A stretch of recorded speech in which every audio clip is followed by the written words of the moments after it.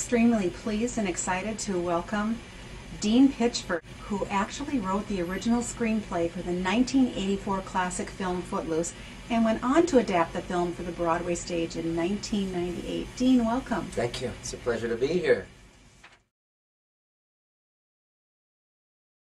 What is it about Footloose that these generations connect with? You know, I wish I could figure that out and then do it again and again and again. But I'm hazarding a guess here. I think there's something about the story, the bottom line story of Footloose, which is really about a boy whose father walks out on his family, and about a man who loses his son. And so it's a boy without a dad without a son, the two of them coming together and clashing. It's a classic generational rift story. On top of that, there's all this music, and then there's dance. So there's icing on the cake, but I think that the cake, in the beginning, has continued. It spoke to people in the beginning, and it continues to speak to people. And I can't even say that I consciously set out to address both generations, but it turns out to attract and interest young people as much as it attracts and interests their parents and their grandparents. So it crosses generational lines and has continued to do so for close to 30 years now.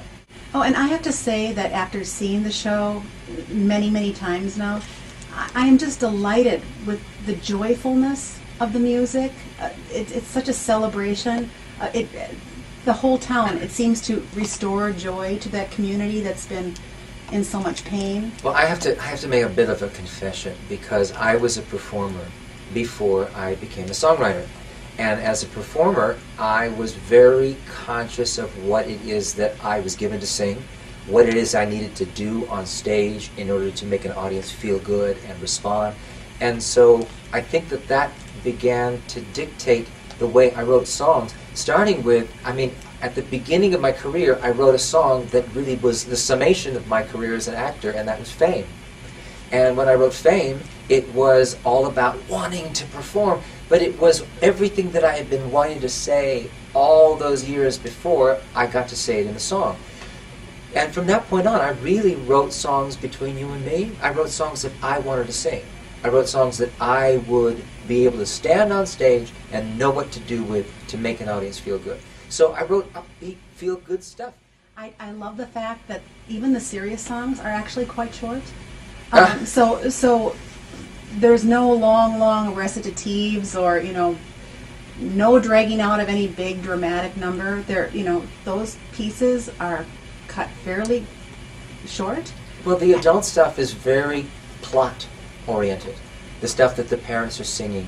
And it's important for them to make their point, and then let's get on with the show. And that's exactly what happens. Yeah. It's just perfect that way. Oh, thank you. Footloose was originally written as a screenplay. Can you talk a little bit about its journey to the stage? Well, the journey to the stage would never have happened if it were not for my friend Stephen Schwartz, who wrote Godspell and Pippin and Wicked. His wife, they had kids in school when the movie came out, and his wife was working with dramats at the school to say, and she was helping out with rehearsals and things like that. She would call me and say, would you please turn Footloose into a stage property, because there are so few properties in which kids of this age can play kids of this age. Exactly. As opposed to a 17-year-old Tevye or a 14-year-old Nathan Detroit. And so she was after me for many, many years to do that, and I resisted it because I was very busy with all sorts of other projects. And then there was a gap opening up in my schedule, and I went, all right, Carol, her name's Carol Schwartz. I said, Carol, all right, I'll satisfy you, I'll turn it into a...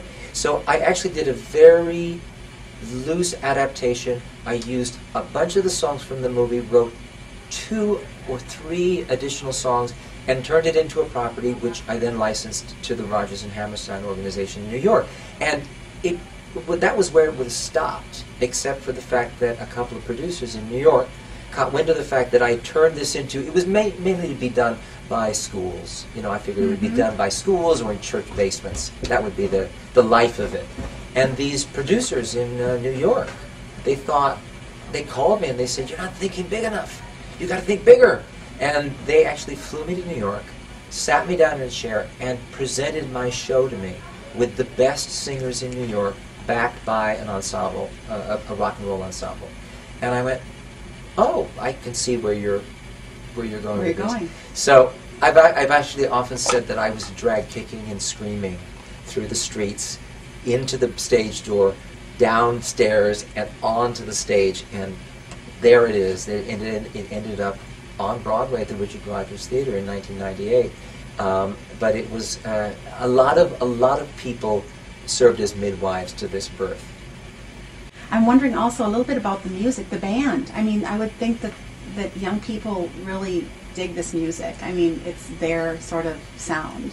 Well, I think that this, because like I said, the music in this was written not to be of an era where anybody goes, oh, that was the music my parents danced to, or this or that. It ends up sounding, as we see every other week on American Idol when they use one of my songs, that it's still being sung today. It's still what people sing today.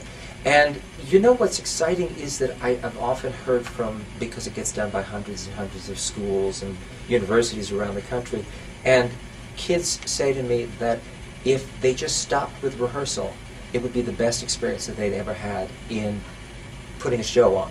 The fact that they then got to perform it and infect audiences, but they loved singing the songs. They loved doing the dances. They felt connected to the material in a way that very little else that they had done had made them feel.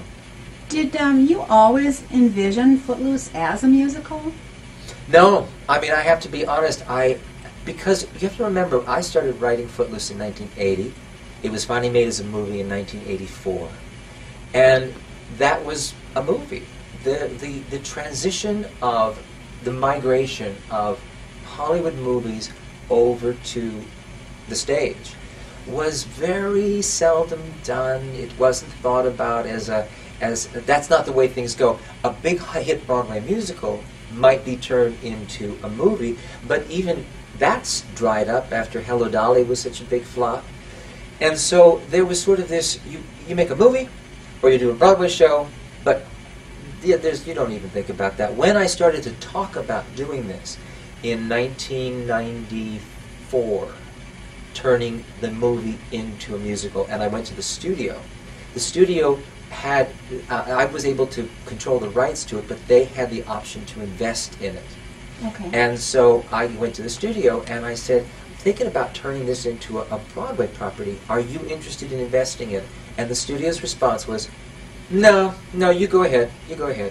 Now you've got Disney solely producing Lion King, all by itself doing Beauty and the Beast, all by itself doing Little Mermaid, the film studio completely taking the reins.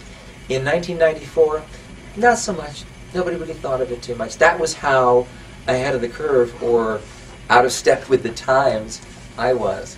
It's interesting that you say that, because today, I mean, since the Broadway show closed in 2000, my goodness, Footloose is playing all over the United States and around the globe. Yeah.